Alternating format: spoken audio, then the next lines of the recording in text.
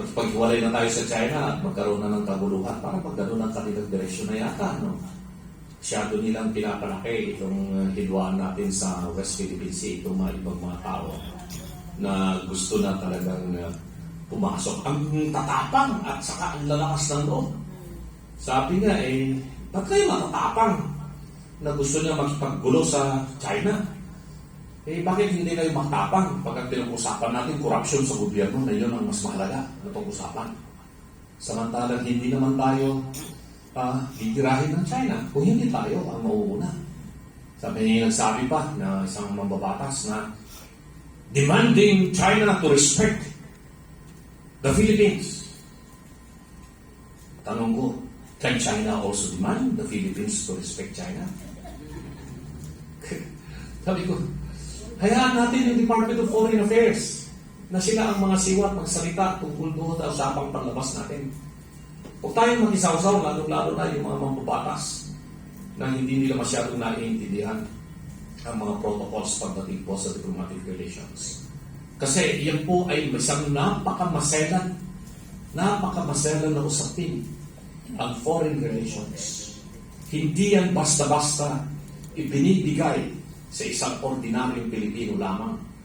Kaya, dyan sa House at sa Senate, hopefully, yung mga mamumuno dyan sa mga committee ng foreign affairs or foreign relations ay sana yung mga mambabatas na mayroong malawak na kaalaman pagdating po sa usaping diplomasya. Hindi po kinakailangan dito ang isang senador o congressman na nanghahamon at magyayabang. Iyan po yung ating sinasabi. Kaya pagdating po dyan sa usaping kalusugan ng Pangulo, karapatan nating mamamayang Pilipino na malaman natin ano ba talaga ang totoong kalagayan ng Pangulo. Hindi ako masyadong naalarma doon sa binanggit noon ni Senator Amy Marcos sa kanyang talumpati dyan sa Luneta na sinasabi na gumagamit ng cocaine o kung anumang droga ang Pangulo at ng ibang member po ng kanyang pamilya. Hindi ko masyadong kinukonekta yun sa issue ng health of the president or national security. Pero dito, sa lumabas ng mga balita na nasa hospital siya o nagpapagamot, kailangan po natin malaman dahil karapatan po natin yan. Sabihin sa atin ang totoo, hindi po pwedeng ang ilalabas na lamang yung short video ng kung sinong tagapagsalita, kung sino man po yung mahal ninyong ante, na siya yung magsasabi na ganito ganyan, may papakita ang mga video na short o kaya mga pictures na ganito ganyan. Hindi po, kailangan po ang magsasabi, magsasalita dito, ang hinihintay ko na magsabi dito ay ang kanyang mismong doktor na humahawa. Sa Amerika, ganun Si President Trump, a few months ago, nagpa-skip check-up siya. Labas ng bulletin ng Surgeon General ng Amerika. Kung ano talagang kalagayan ng Presidente ng Pilipinas. Sana ganun din. Kung hindi kaya ng Department of Health, sino man yung Secretary ng Department of Health kung siya kayo nandiyan. Hindi pa siya pinapalitan. Balita ko, papalitan Secretary Herbosa, kung hindi niya kayang magbigay dahil hindi naman siya yung attending physician, sa kailangan yung attending physician. Hindi naman siguro isang doktor lang yan, a team of doctors yan, sigurado ako. Pero there has to be somebody in the medical profession that has first-hand information of the real health condition of the president to speak about the real health condition of the president. Kung wala akong lumalabas sa ganyan at ganyan na lamang, social media, etc. Nako, maraming mga speculations, maraming mga marites. Yung marites, sabi nga hindi maritesa, marites. Yung marites, mga yan, may infection. May infection sa tila. Yeah. Okay. Dr. Mata, ano pong dadagdag nyo about this issue as a medical doctor? Yes, regarding doon sa national issue, national security, yes. Although sinabi daw na hindi naman daw delikado, diverticulitis lang.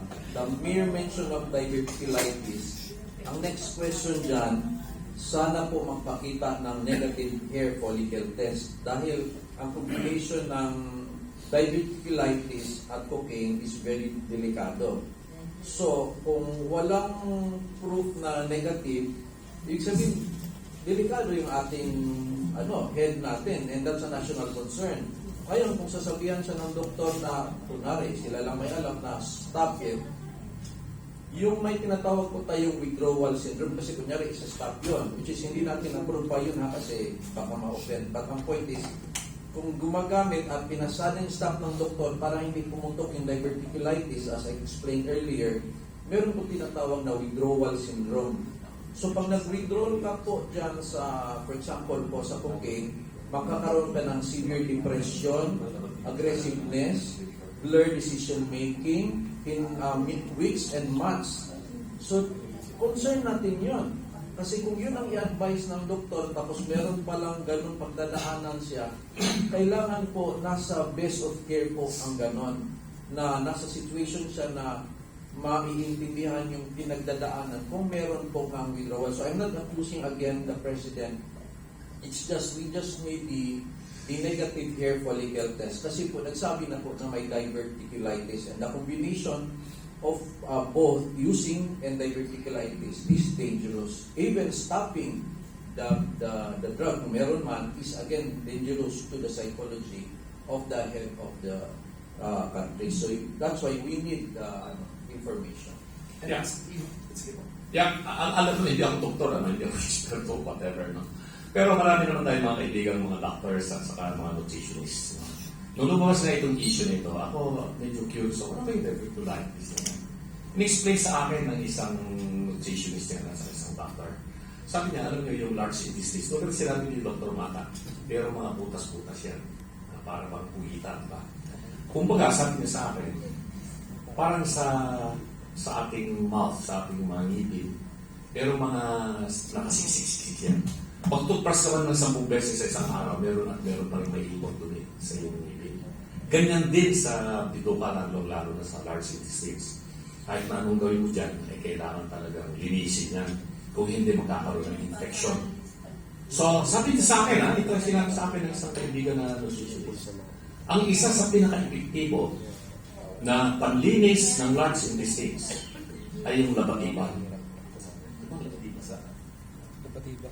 How will you say that in medical term? Yung labatiba sa okay. Yung labatiba, pero sabi niya, alam mo kung ano ang pinakamaganda na ihalo doon sa tubig. Warm water ba? Warm water. Sabi niya, kape. The natural coffee. Yung kape mismo. Whether that is Barako or hindi kape ng PDP. Hindi Barako yan or whatever coffee. Basta yung coffee natin na natural coffee. Na yun daw yung ipapasok doon tapos para malinis yung it's organic, yeah. I think maybe decision kasi sabi sa akin is a nutritionist doctor na talagang sinabi niya that is the most effective way of cleansing your large intestine. Hindi yung iinumin mo dito sa mouth mo. Pasok mo doon na batiba using warm water.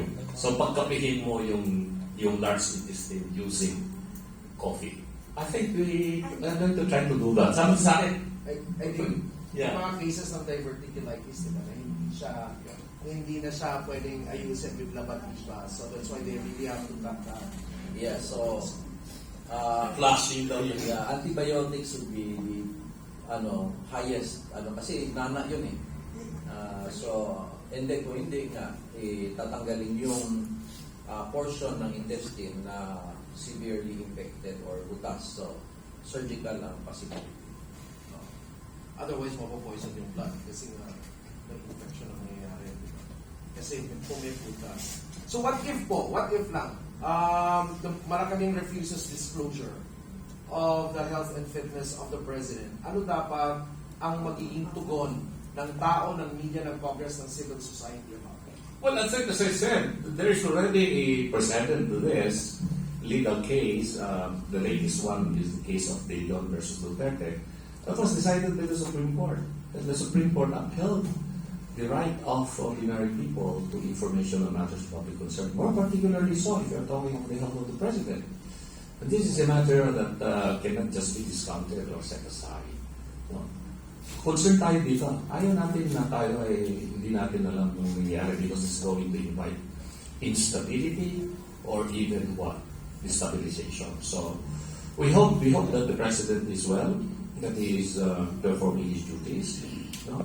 We pray for his good health, and but we have also the right to know the real situation of the President's health because it is the nation's health as well that is at stake here. Meron po bang may role po ba yung Congress in oversight in this particular na issue? And kung meron man, paano natin mapipigilan ang partisan na politicking to actually keep the President in power even if in question na yung health and fitness niya? Well, yeah, the oversight function of Congress is built in. No? It's inherent.